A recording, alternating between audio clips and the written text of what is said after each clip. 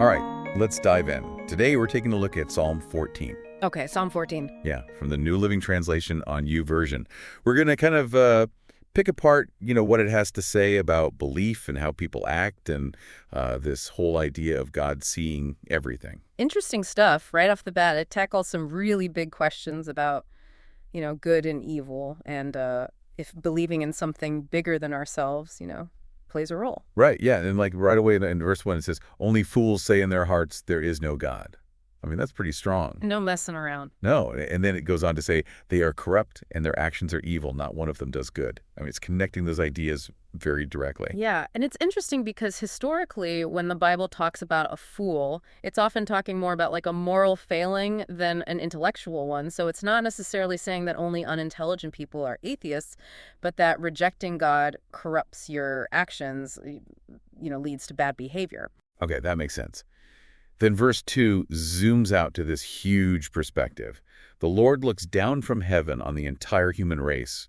He looks to see if anyone is truly wise, if anyone seeks God. It's like this image of God observing everything. Yeah, and notice what he's looking for, not just like outward religious stuff, but inner wisdom and actually seeking a connection with him. And that raises a question like, what does it even mean to seek God in this context?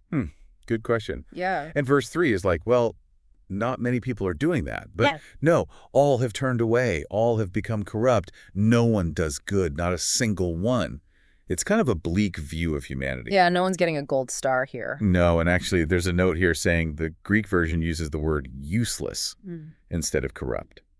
So maybe it's about people missing their potential rather than being actively bad. Yeah, either way, it's saying something's gone wrong. Like, whether we're corrupt or just useless, something's off about human nature, Yeah, like we're not living up to what we could be. Exactly. Okay, so then in verse 4 it asks this question, will those who do evil never learn?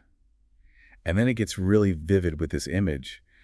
They eat up my people like bread and wouldn't think of praying to the Lord. I mean, eating up my people like bread. It's a pretty strong metaphor. Yeah, it's not just that they're doing bad things, but it's like they're consuming people, exploiting them without a second thought. And the lack of prayer, it's like they have no sense of accountability to anything higher than themselves. Right, like they're not even considering the consequences. Nope, just devouring and moving on. But then verse 5 kind of shifts gears. Terror will grip them, for God is with those who obey him. So now it's about what happens to the wicked versus those who follow God. Yeah, it's introducing this idea of divine justice, like that terror they feel. It's not random, it's a direct result of them going against God's will. And verse 6 keeps going with that. The wicked frustrate the plans of the oppressed, but the Lord will protect his people.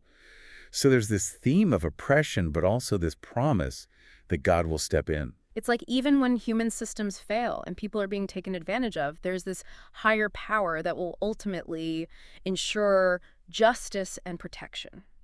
Okay, so there's hope even in the midst of all this bad stuff. Absolutely, yeah. And then finally, verse 7 is like a breath of fresh air. Who will come from Mount Zion to rescue Israel? When the Lord restores his people, Jacob will shout with joy and Israel will rejoice. This longing for rescue and then this promise of future joy. It's powerful. After all that talk of corruption and despair, there's this reminder that ultimately good will triumph.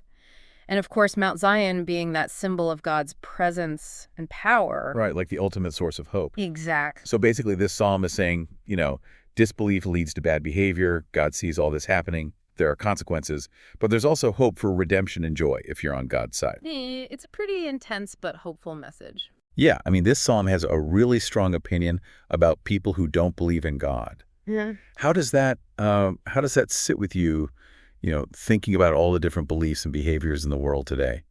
I mean, it's definitely something to think about. And then this idea of wisdom being tied to seeking God, what does that even look like in our modern world? It's definitely a lot to unpack. It is. Well, this has been a really fascinating look at Psalm 14. It has. Thanks for joining me for this deep dive. And for everyone listening, keep thinking, keep exploring, and we'll see you next time. See you next time. Bye.